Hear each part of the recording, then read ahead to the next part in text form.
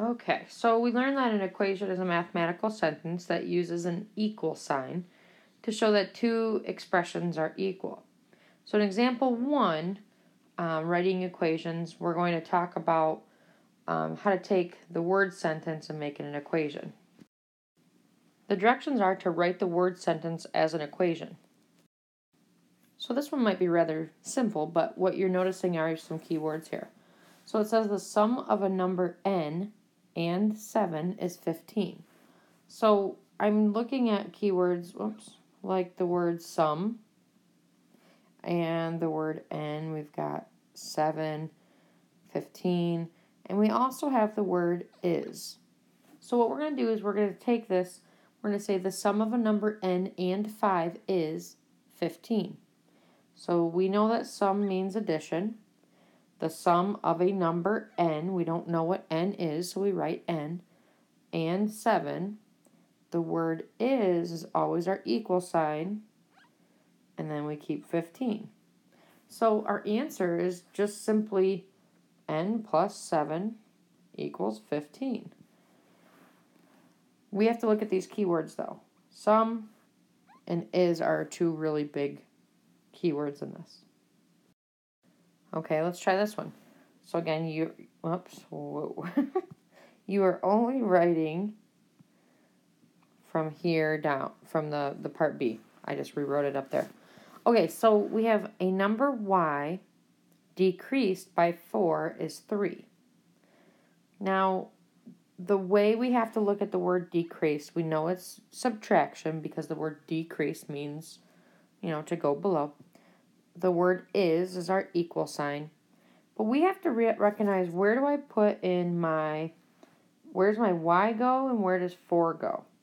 Does it go 4 minus y or does it go y minus 4? So you really have to think about it. A number y, okay, so I'm going to put in y, it's decreased by 4. So that means we take 4 from y.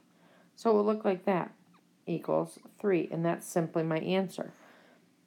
Depending on the wording, it might be flip-flopped. You have to be really careful with subtraction. Okay, again, you're just writing down below this line. So C is 12 times a number P equals 48. So what we need to do on this, get my pen back here, is we need to recognize that times equals multiplication. The equals just equals the equal sign. I mean, that one's pretty simple. So we have 12 times a number P. Now, one thing that I did incorrect here was I put an X, okay? So this would be incorrect, and I'll show you how to do it here in a second. Because it looks like another variable. That's why we don't use multiplication signs like that anymore. It would actually look like this. Okay, we're not going to use it this way anymore, and that's the exact reason why. Equals 48. But what I would like to see you do and get into the habit of doing is actually eliminating this completely and just doing 12p equals 48. This would be my final answer because we know that when there's a number next to a variable, it always means multiplication. So my answer is 12p equals 48. Okay, what I would like you to write out for example 2, because we're going to write this equation, we're going to kind of walk through these steps. I do want you to start off with drawing the candles, okay? So we've got 1, 2, 3, 4, 5, 6 purple candles, and 1, 2, 3, 4 white candles. If you just put them in, like, color one in with a pencil and color the other, or leave the other one open with not coloring in, that'd be fine too. And then I would like you to write down I'd like you to copy down the question for this one because it is important that we look at what's in the wording and go from there. So go ahead and pause and take some time to do that, please. Okay, so it says 10 servers decorate 25 tables for a wedding. Each table is decorated as shown. Let C be the total number of white and purple candles. Which equation can you use to find C? So we've got 4 choices. But let's think about it like this. So we've got the total number of candles, and we know that C is the total number of white and purple candles. Okay, so that means we're going to let C be the total number of candles that we're talking about right there. Okay, so let C be the total. It says what equation can you use to find C? So total number of candles is the number of tables times the number of candles on each table. Because it's telling us that 10 servers decorate 25 different tables for a wedding. Each one's decorated as shown. We have to actually count those out. So we have 6 purple and 4 white. So if our total number of candles is C, that's what we're trying to find, is C. We're not trying to find the total number of candles on this table. We're trying to find it for 25 tables. Okay? So we're going to take the number of tables, which is 25. We're going to multiply it by the number of candles on each table. Well, we count up. There's 6 purple, 4 white, 4 plus 6. And the reason we put it in parentheses is because we have to add that together first to get the 10. Now, there's something in this word problem that throws you off. 10 servers. We don't need to know anything about the fact that there's 10 servers. That makes no sense in what we're doing. It's just something to kind of throw you off and explain a little bit more, I guess, of the word problem.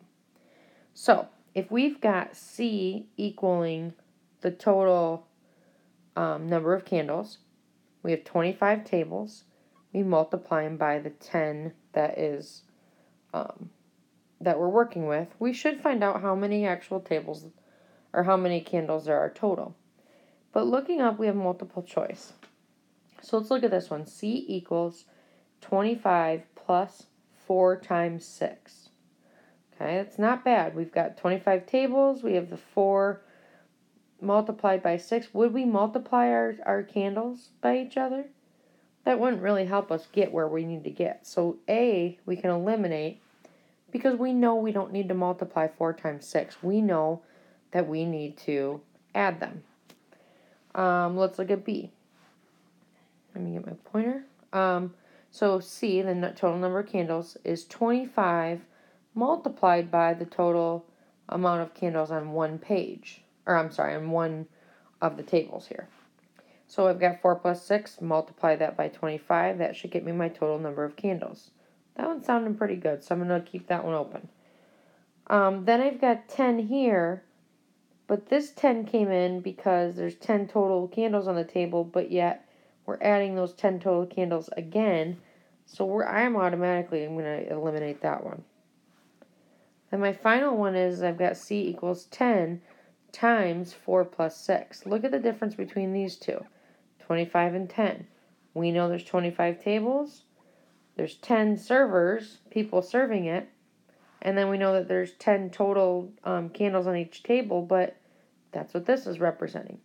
So we automatically know D will not work, and that B is our final answer.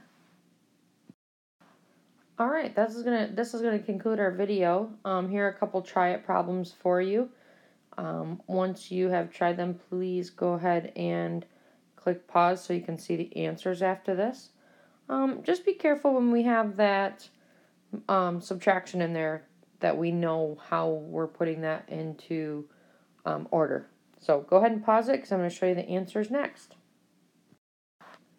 All right, check your answers. If you're having trouble with those, then ask and write those questions down so you can ask me in class. And this concludes our video.